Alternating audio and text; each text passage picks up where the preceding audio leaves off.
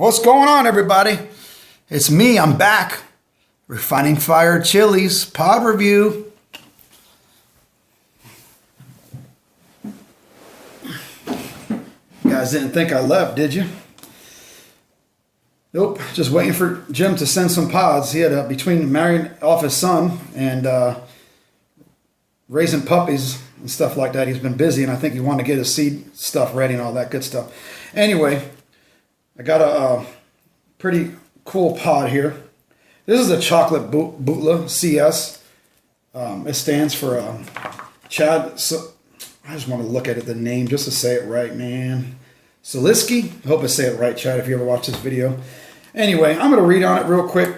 First off, thanks for everyone that watches the videos. A lot of people have been asking about when I was going to be doing some more videos. Well, here it is. So now you're going to be getting sick of me because I got a lot of pods coming up. Yep. So let's just read right into this, and we'll cut it. It says, this is a controversy pepper. I don't really care about controversy and all that stuff. I got enough of that. I'm, work, and I aggravate my wife, stuff like that. So I don't really care about controversy. I eat peppers. I grow them. So let's just read this, just to get that out of the way. Chocolate Bhutlah, capsicum. Before we describe the controversial pepper, let's look at this history. Chad Soliski, there's his name again, an expert grower from Wisconsin, made the first pepper, coined the name Bhutlah. It was a cross between the Bhutlah and the seven-pot Douglas. Later, some got a brown or chocolate variant and named it the chocolate Bhutlah. It got its fame because back in 2013, a video reviewer named Ted Barris ate a very, very large specimen. Keep in mind that a large pepper has more oil, so will do more damage. After that, the person who sent him the pepper claimed the name. Also, it was rumored that a third type was crossed into it, which may be true or not. Regardless of what people say, it can never be proven that a pepper so young actually has a third variant in its genetics. Seeds were shared, and so many of us have it. Can you prove we are not growing the original? Can we prove we are growing the original? Let's cut to the crap and end the debate, as nobody can prove anything. The chocolate Bhutlah is a huge hot variety, and we have a version of it. Currently, we are growing out Chad's chocolate, which should be available as seeds end of this summer, 2013, and I believe this one is that.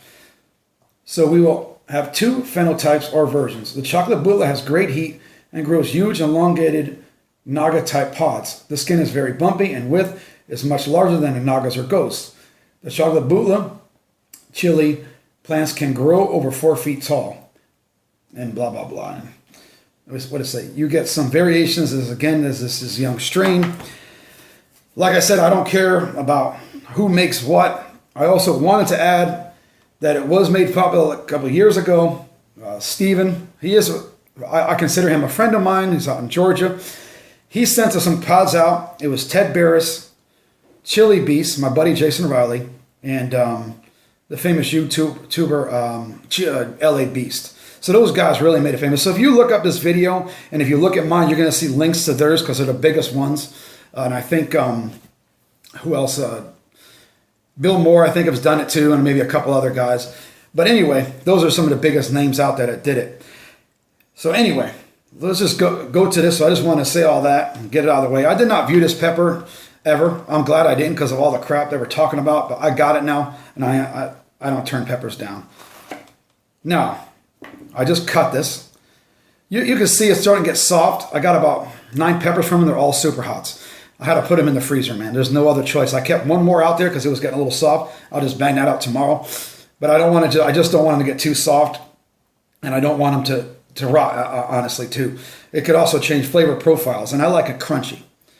But anyway, this is a characteristic, the thinner walls, and you can see it's bumpy, like the ghost pepper, the Bhutlah. So that's what you're seeing there, the softness.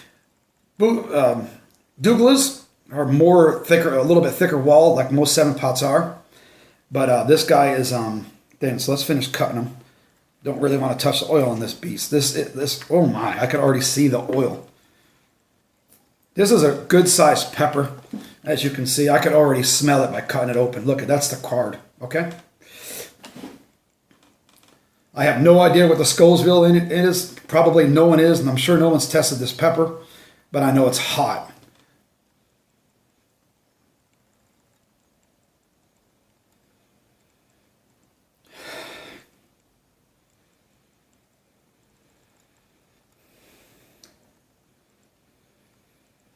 You do get that Bhutlah taste. You do get that floral taste. You do get that smoky taste like most chocolate peppers you do get.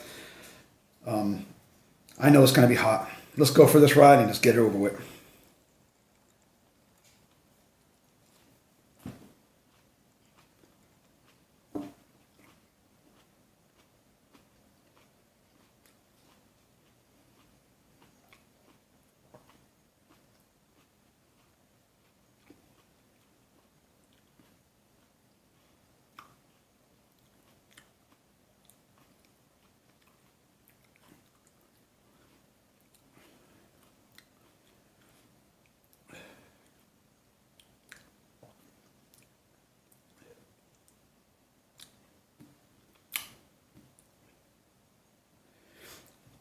All right, let's get in the flavor profile real quick because it's going to start getting hot. This is not a pepper you want to do in your first review of the year. Anyway, flavor. It tastes like a lot. You could get the taste of a lot of the chocolate Bhutlahs, that smoky taste. But it's not as smoky as I think. It's actually a better taste than I thought. This is the aftertaste. Not crazy about it too much, but chocolate flavors they tend to do that because again you do get that, still get that smoky taste a little bit. Also, too, I want to add sometimes chocolate peppers because of that smoky flavor and it's not sweet. You tend to want to get it out of your mouth more, so it may seem hotter than it is. You know what I mean? But if you did a red and a chocolate and you did a Scoville test on them, you probably get almost the same, but it sometimes can seem hotter. That's my opinion. Like chocolates, they're good for like grilling and smoking. I had a friend from work. He's making some jerky. I think this would go really good with it. Making some jerkies like that. Smoking maybe. I also think it'd probably be good in curry too if you like that smoke flavor. Chocolates are just not my favorite. In fact, I'm only growing the Kraken this year. I did grow the Bhutlah, which is a very good grower. Guys, this thing is very, very hot. I still eat hot peppers regularly every day of my life. Well, weekly, I should say, because sometimes I don't. But weekly, once a week, I eat some kind of hot pepper. Most of them are super hot. This thing is really, really hot.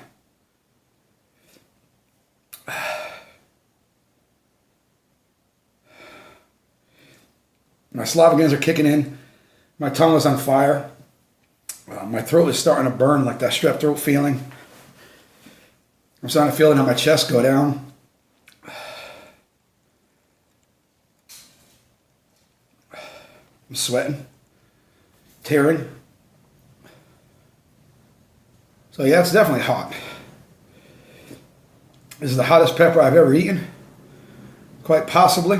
It's definitely up there in the top 3 to 5.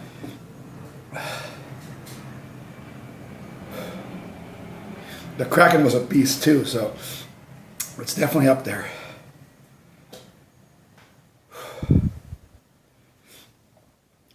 Okay, the tongue is going down, and I'm starting to feel it down here.